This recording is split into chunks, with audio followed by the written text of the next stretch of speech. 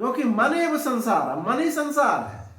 मन जहां जहां पकड़ा है वो संसार है। मन किसी का ऐसी जगह लग गया और उसके लिए सब छूट जाता, छोड़ना नहीं पड़ता। ऐसे देखते ना समाज में, कोई लड़की किसी लड़के के साथ चली गई, कितना माँ ने प्यार किया, कितना बाप ने किया है, वो सारे के सारा प्रेम उसने सब मिटा दिया, क्योंकि मन कहीं और लगा दिया। तो मन एवं संसार, मन ही संसार है। यदि आपने मन को भगवान में, भगवान के चरणार बिंद में लगा दिया तो संसार की आसक्ति चली गई, वो वैराग्य अवश्य ही, वैराग्यवान अवश्य ही होगा। एक ये बात, प्रेम से राग कटता है, और दूसरी बात विवेक से राग कटता है। आपने उसके गुण दोष देख लिए, आपके दोष देख लिए तो वैराग्यवान हो गया, त्रिकालज्ञ हो गया। त्रिकालज्ञ मतलब समझते हैं? अब हम बताते हैं त्रिकालज्ञ की परिभाषा। ये नहीं है कि भूत भविष्य की कौन भैया बिहार में चुनाव चल रहा है, कौन सीएम बनेगा वहां, ये त्रिकालज्ञ नहीं है। आगे के चुनाव में कौन बनेगा, ये त्रिकालज्ञ नहीं है। ये तो त्रिकालज्ञ की बहुत नाम मात्र छाया है। जो आप भविष्य की बात को आप जान गए, ये वैराग्यवान ही त्रिकालज्ञ है। वो जानता है कि 50 साल के बाद में ये जो सुंदर सुंदर चांद जैसा मुखड़ा है, सब में जो है झुर्री पड़ जाने वाली है। जो अकड़ के चलते हैं सारी अकड़ निकल जाने वाली है। ये जो अभिमान करते हैं तन का धन का, ये सब ढल जाने वाला है। ये आज ही 50, 60, 100 साल पहले देख लेता है। ये संसार नष्ट होने वाला है, क्षणभंगुर है। इसलिए बस भजन कर ले, क्षणभंगुर जीवन की कलिका, कल प्रातः काल खिली न खिली, भजने मन रसना हरि हरि। तो अभी समझ ले कि वो समझ जाता है इस बात को। ये त्रिकालज्ञ है। जो दुख में बंधा हुआ है, संसार में बंधा हुआ है, वो त्रिकालज्ञ कैसे हो सकता है? उसको अपने शरीर से ही मोह है। तो ये जो वैराग्यवान ही त्रिकालज्ञ होता है, अवैराग्यवान को ही मोक्ष होता है। ये पक्की बात है। धर्म ते विरति, योग ते ज्ञाना, ज्ञान मोक्ष फल वेद बखान। अब भगवान जो वैराग्य की बात कह रहे हैं, इन 2 श्लोकों में इस संसार का वर्णन जो कर रहे हैं, वो वैराग्य कराने के लिए कह रहे हैं। तो क्या कहते हैं? ऊर्ध्वमूलमधः शाखम, इसका जो संसार रूपी जो वृक्ष है, इसका जो मूल है, इसका जो अधिष्ठान है, वो क्या है? परमात्मा। कहते हैं ना ऊपर वाला सब कर रहा है। ये ऊपर वाला वही भाषा, उसी भाषा में भगवान बोल रहे ऊपर है। ऊर्ध्वमूलम, इस संसार वृक्ष की जो शाख, वो मूल है, जड़ है, वो ऊपर को है। और अधः शाखम, ये क्या है? शाखा नीचे को लटकी हुई है। अब क्या है, यहां से समझो, शरीर में देख लीजिए, ये हाथ क्या है? शाखा है। ये बुद्धि की वृत्ति कहाँ है? यहाँ हृदय में रहती है, मस्तिष्क में रहती है, भगवत वृत्ति है, ज्ञान वृत्ति है, ये मूल है। ब्रह्मरंध्र में आप ध्यान करते हैं, ब्रह्मरंध्र में ध्यान करते हैं, दोनों भावों के मध्य में ये शिव रूप है वह, तो ये मूल है। और ये शाखा ये लटक रहे नीचे, ये और क्या है? नीचे पैर जो है, ये क्या है? ये छोटी छोटी बारीक बारीक जड़ें हैं जो जम जाती है ना, पकड़े हुए। तो ये इस प्रकार से आप इस शरीर में भी देख लीजिए। तो जो शाखा नीचे को लटकी है, और इस वृक्ष की एक विशेषता बताई कि ये वृक्ष जो है अविनाशी, धारा रूप में अविनाशी। निरंतर बह रहा है, कोई बीच में रुकाव नहीं होता है। ये जो रुकाव नहीं हो रहा है, इसकी अक्षुण्ण धारा को, निरंतरता को दिखा रहा है। तो ऐसा ही संसार वृक्ष है। तो ये मूल क्यों है? क्या? कालतः सूक्ष्म। काल की दाल वहां नहीं गलती है। कैसा मूल है? कालतः, ये काल से ऊपर है, इसलिए ऊर्ध्व मूल है। सूक्ष्मत्वात्, ये कारण होने से सूक्ष्म है। नित्यत्वात्, ये नित्य होने से कभी नष्ट नहीं होता। ये है ऊर्ध्व मूल परमात्मा। ऐसे मूल वाला परमात्मा जिसको अव्यक्त कहते हैं, और जब ये माया को स्वीकार कर लेता है, तब ये माया को स्वीकार करके तब ये जो अंकुरित हो जाता है। बीज, अपने को बीजत्व जब उसने स्वीकार किया तो बीज फट जाता है, अंकुर निकल जाता है, वृक्ष बन जाता है। इस प्रकार से ये संसार चलता है। तो ऊर्ध्व मूल है परमात्मा।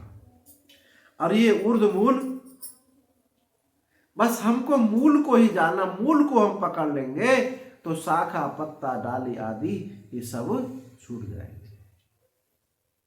तो ये संसार वृक्ष कैसा है? महाभारत में कहा अव्यक्त मूल प्रभवस् तस्यैव अनुग्रहोच्छिता। इसका जो मूल है अव्यक्त है, अव्यक्त मूल प्रभव, ये अव्यक्त मूल से ही उत्पन्न हुआ है।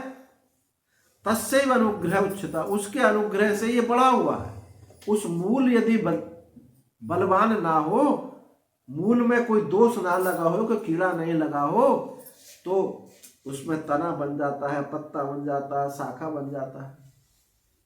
तो उस मूल से ही है अव्यक्त मूल प्रभवत्वात्, ये संसार मूल क्या? अव्यक्त से उत्पन्न है, और उसके अनुग्रह से ये बड़ा हो जाता है। फिर क्या है? बुद्धि स्कंधा, जो तना होता है ना, बीज से ऊपर को चलते हैं, उसे क्या कहते हैं? तना। ये बुद्धि, इसमें ये क्या है?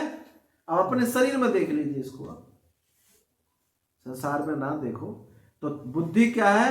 अगर उसमें देखोगे समष्टि में, तो महत तत्व ले लो बुद्धि का अर्थ, ये उसका तना है। बुद्धि स्कंदमयश्चैव इंद्रियांतर कोटरा, जो बड़े वृक्ष में खकोड़न बन जाती है ना, बीच बीच में कहीं कहीं गड्ढे से बन जाते हैं, तो ये क्या है? इंद्रियांतर कोटरा, ये इंद्रियां हैं उसमें बैठे। अब महाभूत विशाखस्य, और जो पंच महाभूत हैं ये बड़ी बड़ी इसकी शाखाएं हैं। विशेष पत्रवास तथा, और जो शब्द स्पर्श रूप रस गंध है, ये संसार वृक्ष के पत्ते। धर्माधर्म सुपुष्पस्य, धर्म अधर्म जो है ये संसार वृक्ष क्या? पुष्प है। क्योंकि पुष्प आता है तभी क्या होता है? फल लगता है। तो धर्म अधर्म होता है तभी सुख और दुख होता है। तो सुख दुख क्या है? फलोदया, इसके फल है संसार रूपी वृक्ष के। आजीव्य सर्वभूतानां, अरे समस्त भूत इसके आश्रय है, सब इसके आश्रय है इस संसार वृक्ष के। ब्रह्म वृक्ष सनातन, ये वृक्ष जो है सनातन है, निरंतर कब से है पता नहीं, ये अविनाशी है। एतद् ब्रह्म वनम चैव ब्रह्मचरितम नित्यशः, ये जो ब्रह्म वन है ये ब्रह्म में नित्य है, इसमें ब्रह्म का आचरण होता है। इस संसार ब्रह्म में, जैसे संसार का कोई चिंतन करे तो संसार की प्राप्ति, और यदि ब्रह्म चिंतन करे तो ब्रह्म की प्राप्ति। इसलिए तद इसको कहा ब्रह्म, एतद् ब्रह्म वनम चैव ब्रह्माचरति नित्यशः, नित्य ब्रह्म की चर्या हो रही है इसमें। धर्म के रूप में चर्या, उपासना के रूप में चर्या, अपने स्वरूप के बोध के रूप में चर्या, और अस्तित्व के रूप में। प्रत्येक मनुष्य कहता कि मैं हूं, मैं हूं। कोई बाई का लाल ऐसा है जो कहे कि मैं नहीं हूं?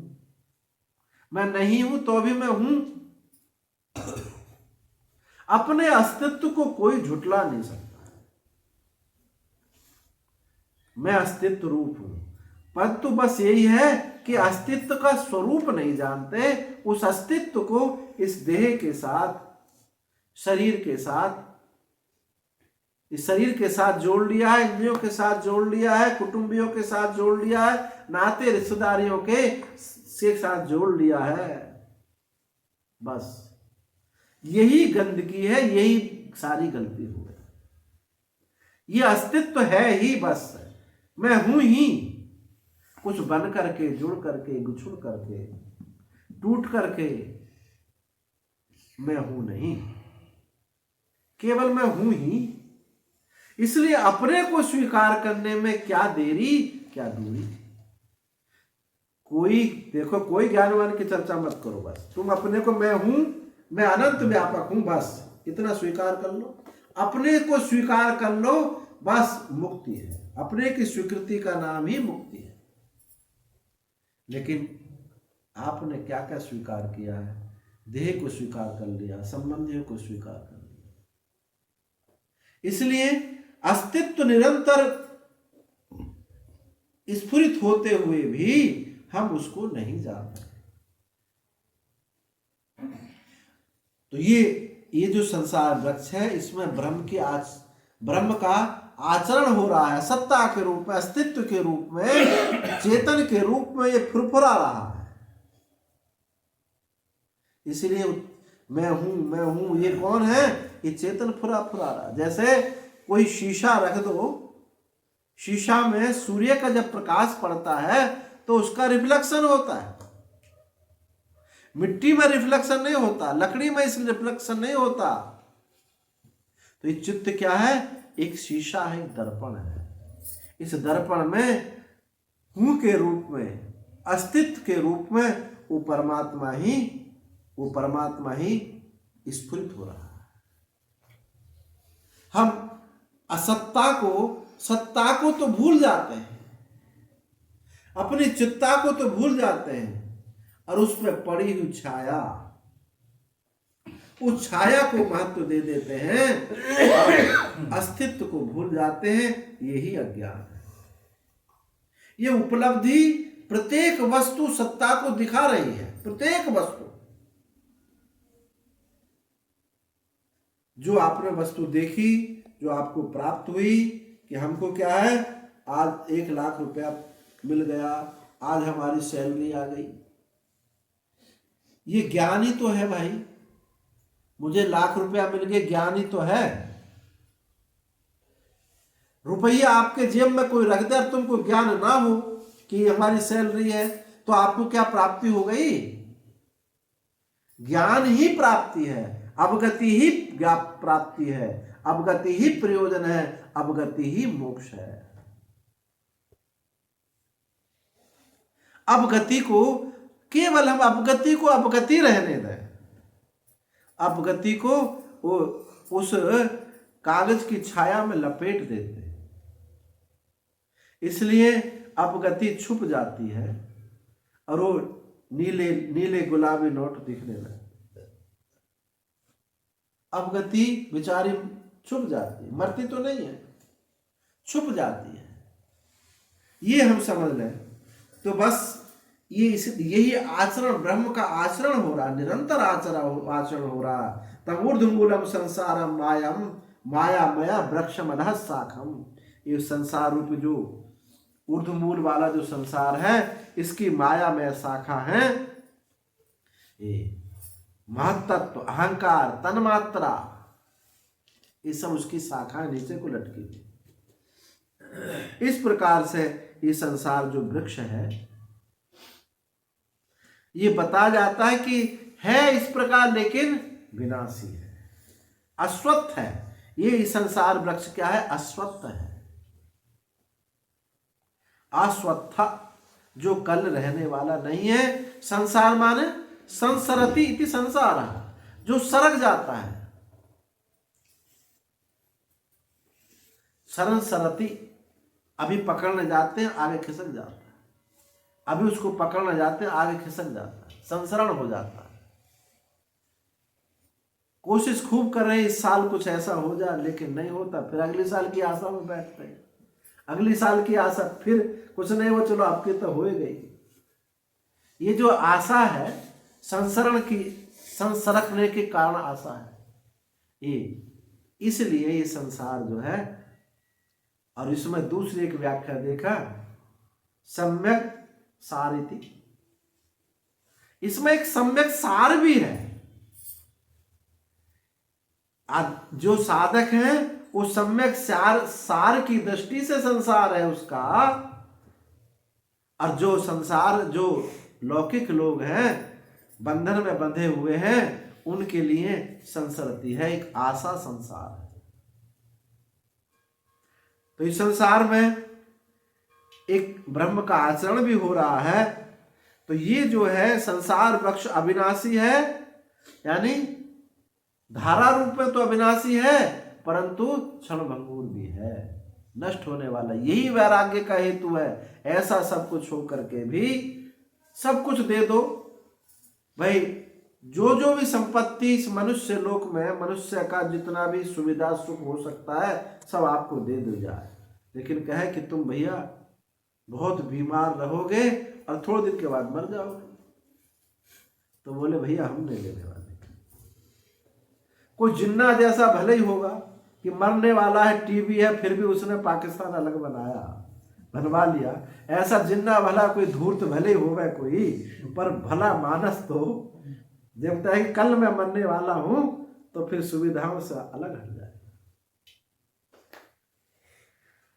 तो इस संसार रूपी वृक्ष में ये तो बताई कि बुद्धि आदि इसके तना है, और क्या है इसमें, छंदांश यस्य परणा। छंदांश मान वेद, वेद इसके पत्ते हैं, कोमल कोमल पत्ते हैं इस पर। ऋग साम यजु तस्यैव संसार वृक्षस्य इदम अन्य विशेषण, एक अन्य विशेषण देते हैं संसार वृक्ष का, छंदांश यस्य परणानि, छंद ही इसके पत्ते हैं।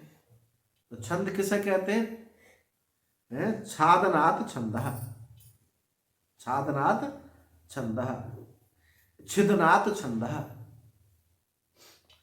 आच्छादन करने से उसको छंद कहते हैं। जब कोई कविता होती है, कविता तभी कही जाएगी क्या जब किसी छंद में आरूढ़ हो, नहीं कविता क्या कही जाएगी उसको, नहीं तो गद्य कहा जाएगा, वो पद्य नहीं कही जाएगी, छंद नहीं कहा जाएगा। चाहे अनुष्टुप हो, उष्णिक हो, आर्या छंद हो, पिंगल शास्त्र में सब ये वर्णन है छंदों का। तो ये छंद तभी है, उसको उस अर्थ को आच्छादित कर देते हैं। जो अर्थ आपने लिखा है उस अर्थ को आच्छादित कर देते हैं, सुंदर कर देते हैं, तब कहते हैं कि ये कविता है।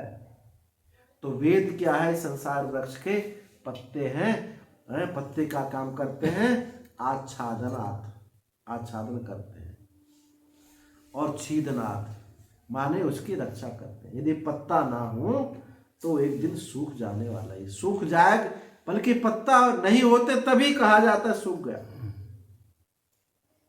तो ये इनका क्या काम है, जब ऋग यजु साम अथर्ववेद आदि इसके पत्ते हैं, तो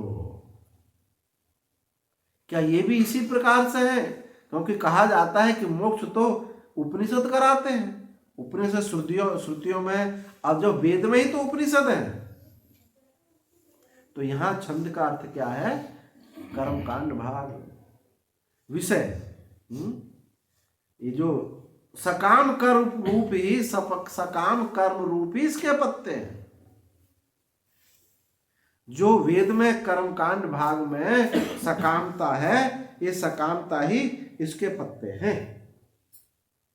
अगर ये सकामता नहीं हो तो मुक्ति में उसको देर नहीं लगेगी। तो जो वृक्ष का परिरक्षण करते हैं, संसार वृक्ष को, यदि वेद इस संसार से चला जाए तो सनातन धर्म नष्ट हो जाएगा, ये संसार भी नष्ट हो जाएगा। जितनी मान मर्यादा, नीति रिवाज, ये सब काहे से आए हैं? वेद से आए हैं। जितना क्रियाकलाप है, कैसे बैठना है, कैसे बोलना है, कैसे चलना है, किसका कैसे आदर सत्कार करना है, ये सब किससे आए हैं? वेद से आए हैं। वेद का उपग्रहण, उनका विस्तार पुराण आदि में हुआ है, पर है सब वेद ही। तो वेद ने इस संसार वृक्ष को आच्छादन किए हुए है, और वही मुक्ति का मार्ग भी दिखाता है, और वही जो है बंधन भी करता है। यदि सकाम भाव को पकड़ लो तो ये बंधन है, और निष्कामता को पकड़ लो तो ये वेद से मुक्ति है। तो संसार वृक्ष जो है धर्म अधर्म का हेतु, धर्म अधर्म का हेतु ये कौन है? ये वेद है। अच्छा करोगे तो धर्म होगा, बुरा करोगे तो अधर्म होगा, पाप होगा। इसलिए संसार वृक्ष को जो जानता है, जिसने पत्ता जाने उसने भी नहीं जाना, जिसने तना जाना उसने भी नहीं जाना है, जिसने फूल को जाना उसने भी संसार वृक्ष को नहीं जाना, जिसने इस मूल सहित जिसने जाना उसी ने जाना। तो प्रारंभ क्या हो रहा है? उपक्रम क्या हो रहा है यहाँ? छंदांस यस्य प्रणानी यस्तम वेद से वेदवित। वेदवित उपक्रम है, और क्या है? सर्ववित। सर्ववित क्या है? इसका उपसंहार है 19वें श्लोक का। सर्वित भजति माम सर्वभावेन भारत। यहां जाकर के उपदेश समाप्त हो गया। तो सर्ववित है, सर्ववित क्या है? उपसंहार। उपक्रम उपसंहारात अभ्यास अपूर्वता फलम, 6 वो है। तो जो उपक्रम में है वही उपसंहार में है। तो उपक्रम क्या है? वेदवित। उपसंहार क्या है? सर्वित। चाहे सर्वित कहो चाहे वेदवित कहो, एक ही बात। और हमें विद बीच में क्या आया? ये क्या है? उसकी पुनरावृत्ति, अभ्यास है। वेदस्य सर्व हमेव वेद्यो, ये क्या है? इसका फल है। इस पूरे अध्याय का निरूपण को समझो। तो उपक्रम उपसंहार एकता होता है, बार बार दोहराने के नाम अभ्यास होता है, और जो फल है। और युक्ति तर्क भी बहुत सारे दिए गए हैं। उपक्रम उपसंहारात अभ्यास अपूर्वता फलम अर्थवाद उपपत्तिश्च षड्विधि लिंग तात्पर्य। ये ग्रंथ का ये 6 चीजों में बंधा हुआ होता है। प्रारंभ कहां से हो रहा है, समाप्ति किसमें हो रही है। उपक्रम उपसंहारात, अभ्यास बार बार उसकी पुनरावृत्ति किसकी की जाती है। उपक्रम उपसंहारात अभ्यास अपूर्वता फलम, ऐसे तत्व का निरूपण कर रहा है जो मनवाणी का विषय नहीं है, यह अपूर्वता है। और अर्थवाद उपपत्तिश्च, उपपत्ति कहते हैं युक्तियों के तर्क के द्वारा उसको समझाया जाता है। और अर्थवाद किसको कहते हैं? प्रशंसा निंदा, किसी की प्रशंसा की जाए और कभी निंदा की जाए। भगवान के नाम की प्रशंसा करने के लिए कहा जाएगा कि नामी से भी बड़ा नाम है। ये क्या हुआ? अर्थवाद। किसी को वहां से हटाना है तो उसकी निंदा की जाए। तो ये शास्त्र की शैली है। कहीं कहीं ऐसे वाक्य आते हैं अर्थवाद वाक्य, हम उनको यथार्थ वाक्य समझ लेते हैं। अब जैसे गीता में एक वाक्य आता है, नाश्रितः कर्म फलम कार्यम कर्म करोति यः स सन्यासी च योगी च न निरग्नि न चाक्रिया। अब ये कहा कि कर्म फल की आशा को छोड़ करके जो कर्तव्य कर्मों को करता है वो सन्यासी है, ये योगी है। ये अर्थवाद वाक्य है। किसका अर्थवाद है? कर्म योग कराने का। क्योंकि उस ब्रह्म तत्व की तो योग्यता नहीं है, वैराग्य है नहीं, और कर्मों को तुम छोड़ दो तो वो क्या है? नष्ट ही हो जाएगा। इसलिए वे ऐसे भगवान ने कहा कि तुम कर्म करो कर्तव्य कर्मों करो। इसलिए तुम ही सन्यासी हो, तुम ही योगी हो। इस भाषा में जैसे कहा कि गंगा जी का जल लेकर के कहा जाए ये तो अमृत है, इसका मतलब ये नहीं गंगा का जल अमृत है। अमृत इससे कोई अलग चीज है, उसकी गुणवत्ता के कारण यहां ये कह दिया कि गंगा जल अमृत है। ऐसे ही कर्मयोग को में लगाने के लिए कर्मयोग की को कह दिया कि यही संन्यास है और यही योग। तो इन वाक्यों को बोलते हैं अर्थवाद वाक्य। अर्थवाद वाक्य से साधक उसमें लग जाता है, और जब लग जाता है तो फिर उस गंतव्य को एक न एक दिन पा लेता है। तो ये संसार वृक्ष वेदवित, जो इसको जान जाता है वो वेदवित है। इसका क्या जानना है कि क्षण भंगुर है, नष्ट होने वाला है, ये दुख रूप है, ऐसा जो जान जाता है अर्थात जिज्ञासु हो जाता है, और जिज्ञासु जो है मुक्त हो जाता है। जिज्ञासुरपि योगस्य शब्द ब्रह्माति वर्तते। जो योग का जिज्ञासु, परम तत्व का जिज्ञासु है, वो भी कर्म बंधन को छोड़ देता है, कर्म को छोड़ देता है, परमात्म चिंतन में लग जाता है। इसलिए ये जो वैराग्य हुआ, या दूसरी भाषा में कहें अंतःकरण शुद्ध हुआ, उसी को गुरु की प्राप्ति हुई। सबको गुरु जी नहीं मिल जाते, सबको गुरु नहीं मिलते हैं। वो गुरु जो है सदगुरु केवल एक ही होता है। उपासक गुरु अलग अलग भिन्न भिन्न होते हैं। गुरु जी ने मंत्र दे दिया, जप कर रहे हैं, पाठ करते हैं, बहुत अच्छी बात है, आपकी भूमिका को ऊपर उठा देंगे। लेकिन सदगुरु तो किसको मिलता है? जिज्ञासु को मिलता है। महात्मा किसको मिलता है? या तो महात्मा को महात्मा मिलता है या जिज्ञासु को महात्मा मिलता है। बाकी तो उनकी और सारी चीजों को देख के चले जाते हैं। वो एक सुंदर स्निग्ध मिठास की हवा को लेके चले जाते हैं, उसी से वो उस मार्ग पर चल जाते हैं। उनको यथार्थ नहीं देख पाते। यथार्थ तो केवल जिज्ञासु देखता है, और यह महात्मा को महात्मा देखता है। हाँ, इसका मतलब ये मत समझना कि महात्मा के दर्शन ना करें, सत्संग सुने, ये नहीं कहा जा रहा है। उनको भी लाभ होता है, उनको भी लाभ होता है। जो ऐसे निरपेक्ष महात्मा के पास जाते हैं, जिनके चित्त में राग द्वेष नहीं है, तो उनकी जो निरपेक्ष जो प्रेम है उनको स्पर्श करता है, और वो फिर कहते हैं कि महाराज जी हमसे बहुत प्रेम करते हैं, हमसे बहुत प्रेम करते हैं। उसी प्रेम के नशा में वो फिर एक दिन वो महात्मा बन जाते हैं, पर उस क्षण पूर्ण रूप से महात्मा को वो नहीं देख पाते। इसलिए चाहे आलस में, चाहे कैसे ही भी हो, महात्मा का सत्संग सुनना चाहिए, सेवा करनी चाहिए, उनके शरण में जाना चाहिए। आज नहीं है तो कल होगा, कल नहीं तो परसों होगा। एक भाई ऐसा है कि आज ही हो गया, एक को कल हुआ, एक को परसों हुआ, और एक को जो है कुछ और समय लग गया।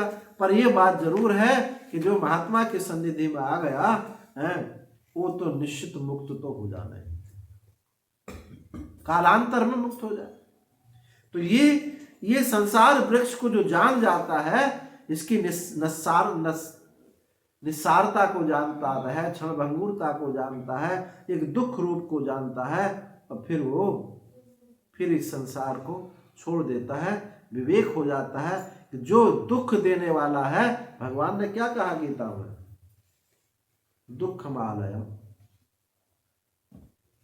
संसार को क्या कहा? दुख का घर।